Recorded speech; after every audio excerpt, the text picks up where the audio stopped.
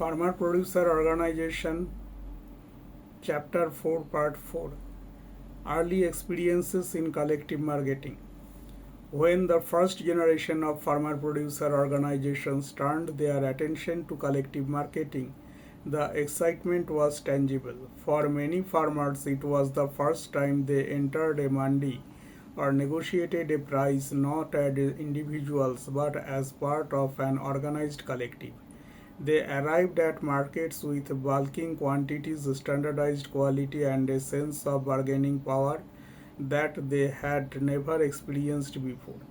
Initial success provided important moral boosts. In Maharashtra, the Mahagrapes Consortium showed how smallholder grape farmers, by pooling their produce, adopting uniform quality standards, and collectively negotiating with exporters, could access European and Middle Eastern markets directly. During peak years in the early 2000s, Mahagrapes members reported realizing 20 to 30% higher farmgate prices compared to selling individually through local traders. Closer to home markets, turmeric farmer groups in Nizamabad district, Telangana managed to pool and sell bulk turmeric lots collectively. By avoiding fragmented sales through multiple commissioned agents, they secured direct sales to processors at prices 10 to 12% higher than prevailing local mandi rates during the 2008 to 2010 period. These early achievements proved two important points. First, that aggregation genuinely enhanced bargaining power, and second, that market linkages could be built even without large capital investments provided there was trust, quality control, and effective logistics. Yet, alongside these successes, struggles emerged almost immediately. One of the most common challenges was the difficulty in sustaining quality consistency across members. Buyers, particularly institutional or export oriented ones, demanded uniformity in size, weight, color, and moisture content. Requirements that many small farmers accustomed to informal practices found difficult to meet. Even in Mahagrapes, occasional quality rejection at the exported destination resulted in losses that were difficult to absorb at the farmer's level. Logistical bottlenecks also limited the potential of collective marketing. Without access to affordable transportation, cold storage, or simple drying and grading units, many FPOs found themselves unable to maintain produce qualities between harvest and sale. In Andhra Pradesh, a World Bank supported review of FPOs found that only 17% of surveyed FPOs had regular access to dedicated transport or storage facilities in 2017.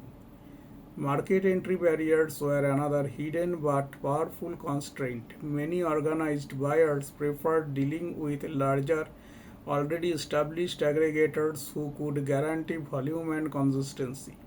Early FPOs, despite enthusiasm, struggled to match those expectations.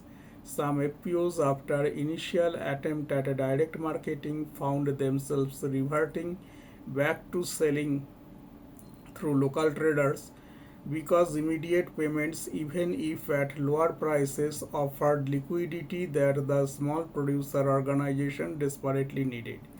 Delayed payments also became a significant stress factor.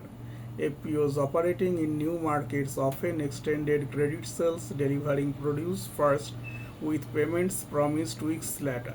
For cash strapped FPOs and their members, payment delays of even one more credit created ripple effect of distress, mistrust, and erosion of confidence. Moreover, internal management challenges surfaced as volume grew. Without robust inventory management, accounting system, and member coordination, some FPOs faced operational breakdowns during the critical harvesting and marketing season. However, despite these struggles, the most modest gains from collective marketing efforts were undeniable.